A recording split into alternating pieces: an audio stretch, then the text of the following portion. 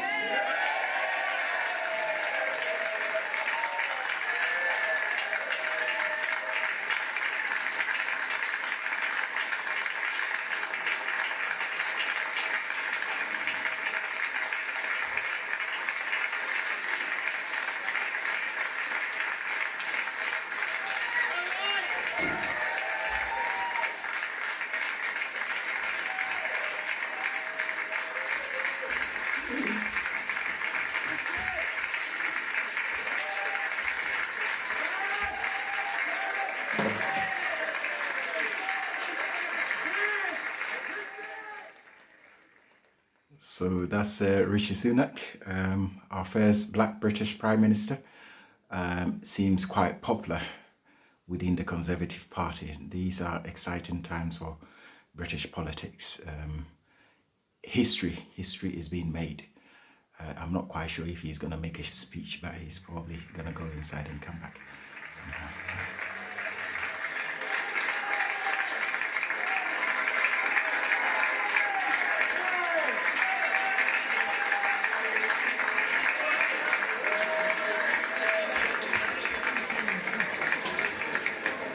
Rishi Sunak arriving as the new Conservative Party leader and the next Prime Minister of the United Kingdom at Conservative Party headquarters. So a huge round of applause. Rishi Sunak smiling, plenty of hugs, kisses and thumbs up for those MPs waiting there on the steps to greet him. We are expecting a statement from Rishi Sunak from Conservative Party headquarters. We'll bring that to you live here on Sky News as soon as it happens. But he's just gone inside the HQ there to no doubt talk to MPs. He addressed MPs in Parliament in the 1922 committee room, and MPs that we've spoken to here on Sky News who were in that room talked of his humility and his wish to bring the party together and, of course, tackle the economy. Our political correspondent Liz Bates is watching here with me at Downing Street, and quite the reception, as you'd expect, Liz. It doesn't tell us anything about division in the Conservatives, does it? That very much shows a united front right now. It does, and that's the image that the Conservative Party are trying to project at the moment, looking at those MPs there that were waiting for Rishi Sunak outside Conservative Party headquarters. Many of those are his backers. They backed him last time round as well. A lot of those MPs, they looked quite relieved, I have to say. You can see some of them still congratulating each other. This is certainly the honeymoon period for Rishi Sunak. We'll see how long it lasts. There's been lots of discussion around Rishi Sunak over the past couple of days. One of the interesting things about him that people often say is that he's a sort of safe pair of hands because he's been the Chancellor. But when you think about his actual record in high office, he was the Chancellor during a global pandemic, completely unprecedented, a word that we've used many, many times, but unprecedented times. He basically had a chequebook. He could spend as much as he wanted, and that is what he did as Chancellor during the pandemic. Apart from that, we haven't really seen much of him in the way of how he would be in normal times. We know what his policy platform is because he stood in the last Conservative leadership election, but I have to say politically as well, sometimes he has come across, there's no question that he's smart, he understands the economy, but he has sometimes come across as politically a bit naive, a little bit brittle sometimes in interviews. If he is pushed, especially during Partygate, on certain issues, he can get a bit defensive. And in particular, when the issue came up about his wife and her non-dom status, he found that extremely difficult, having his family in the spotlight. That is something that he would have to get used to. 11, didn't they moved out of number 11. There was rumours going around that he was considering ending his political career, leaving Westminster, leaving politics, because of a small amount of pressure on his family, because that is something that people in the top job, when they are Prime Minister, there'll be a lot more of that to come. And so we'll have to see how he faces up to that. As we know from Liz Truss, how somebody performs as part of cabinet, how well they are liked within the Conservative Party and among certain colleagues is really no test of how they will perform in the end of the top job. The only test of that is to see them come into number 10, how they react to it. He's got many problems coming down the line, as you can see though. Today it will be all congratulations, hugs, smiles, probably a few drinks later, certainly amongst his colleagues. I don't know if he drinks that much, but we'll have to see how long this party unity that they have newly found and discovered, we'll have to see how long it lasts. Yeah, we understand the King is returning to London because, of course, Rishi Sunak today is the new Conservative Party leader. He is the next Prime Minister in waiting. That, of course, doesn't become official until he has had an audience with the King. You mentioned the tough job he's got, and a lot of that has to do with the economy. And I'm just looking at the statement that Rishi Sunak put out when he announced publicly that he was standing for the leadership. And he not only referenced the economy, but he also referenced the 2019 manifesto. I will deliver on the promise of the 2019 manifesto. He also talked about integrity, professionalism and accountability. But it's that 2019 manifesto pledge that people are going to be listening to, because, of course, all the criticism has been, Rishi Sunak, you haven't got the mandate. And this is something that, Liz Truss wasn't in office very long, but this was a criticism that was levelled at her over and over again, and it can become very damaging. If you go through a tough period as the Prime Minister and you haven't gone to the electorate, we've seen it happen many times before. It happened to Theresa May. Gordon Brown came under the same pressure. When things get difficult, that is the criticism that is levelled at you. It isn't his mandate at the end of the day. It's Boris Johnson that won that 2019 election victory, so he will have a big job on his hands to get over that, and as we've already said, unify his party, face up to those challenges on the economy, and it'll be interesting to see how he does that. Yeah, very short honeymoon period, I would imagine. He's got to hit the ground running. Okay, Liz, thank you very much. I want to bring in now Daisy Cooper, the Deputy Liberal Democrat leader. We can get more reaction to Rishi Sunak, who has today effectively been decided as the new Prime Minister. We have to go through all the official channels. He has to meet with the King yet, but that is what is happening. And Daisy Cooper, your reaction? Well, we now have the third out-of-touch Conservative Prime Minister in just as many months. The fact is the Conservative Party have put this country through months, if not years, of absolute chaos and turmoil, and the only way to bring this Conservative chaos to an end is to have a general election. Well, that's not going to happen. Constitutionally, the Conservatives have 2 more years to get it right. There are local elections coming up in May where the public will get to have their say, but it's not going to happen for another 2 years. That's just fact. Well, the fact is that across the country, I think there's a lot of frustration, in fact, a lot of anger that people are not having a say in any of this. There is chaos and turmoil. People are seeing their bills going up. Some people are scared about losing their homes because of their mortgage payments going up. People are facing a winter of real terror, quite frankly, if they can't afford to put the heating on or to put food on their tables. People want to have a say in how we get out of this crisis. People want a say in terms of who they want to lead our country through this crisis and into a brighter future. And the fact is they're not being given that say. And I think it's absolutely wrong that Rishi Sunak and the Conservative Party should rule that out. The fact is this is the third out-of-touch Conservative Prime Minister that we've had in just as many months, and we do need that general election, and that's why the Liberal Democrats will continue to call for it. The public didn't vote for Rishi Sunak, but they did vote for the Conservative Party back in 2019 and their manifesto. Rishi Sunak, you know, he's just hours in the job, but he did say, I will deliver on the promise of the 2019 manifesto, and that is a mandate, right? That's what people voted for in the 2019 election. I don't think anybody knows what the Conservative Party stands for anymore. What they do know is that they can't afford to put their heating on, they can't afford to pay their mortgage payments, their credit card bills are going up. That's what people see and feel every single day in their lives, and they can see that this Conservative government doesn't have any answers. The Conservatives have absolutely trashed our economy. They have driven our health and care services into the ground. They've ruined our international reputation. The fact is that people do want to say in how we move forward, and that's why I think we need to have this general election. Rishi Sunak doesn't have a mandate, and we do need to give the people a say.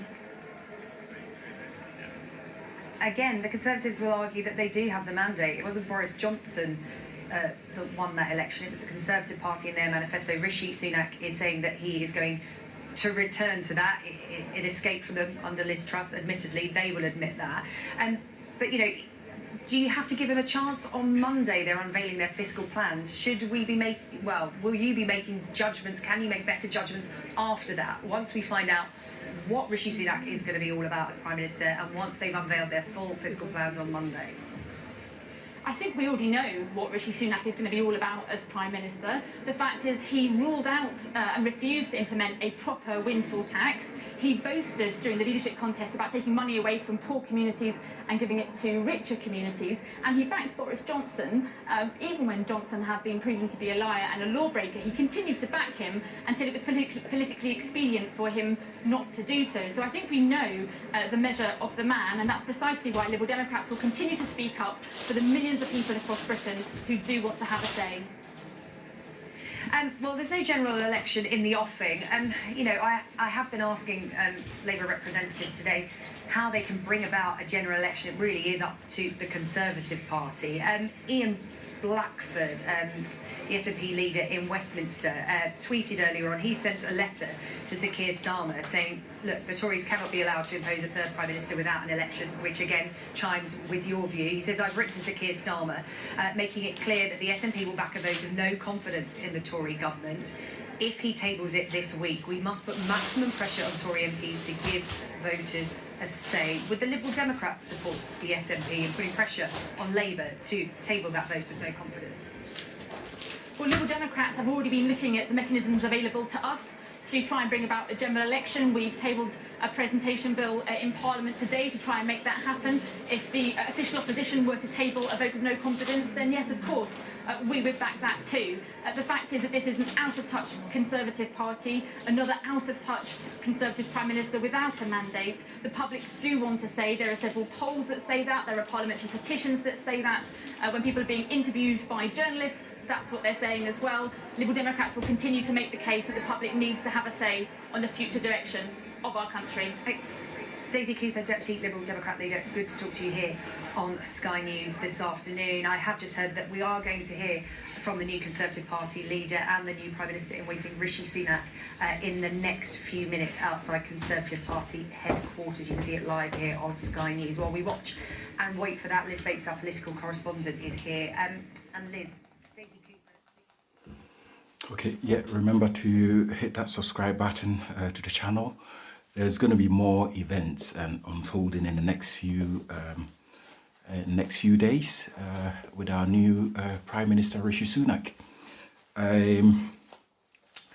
Yeah, in as much as we're serious, we like to also see the humorous side of things, so nothing to be taken too seriously. But yes, hit that subscribe button and we will bring you the updates as they happen. All right.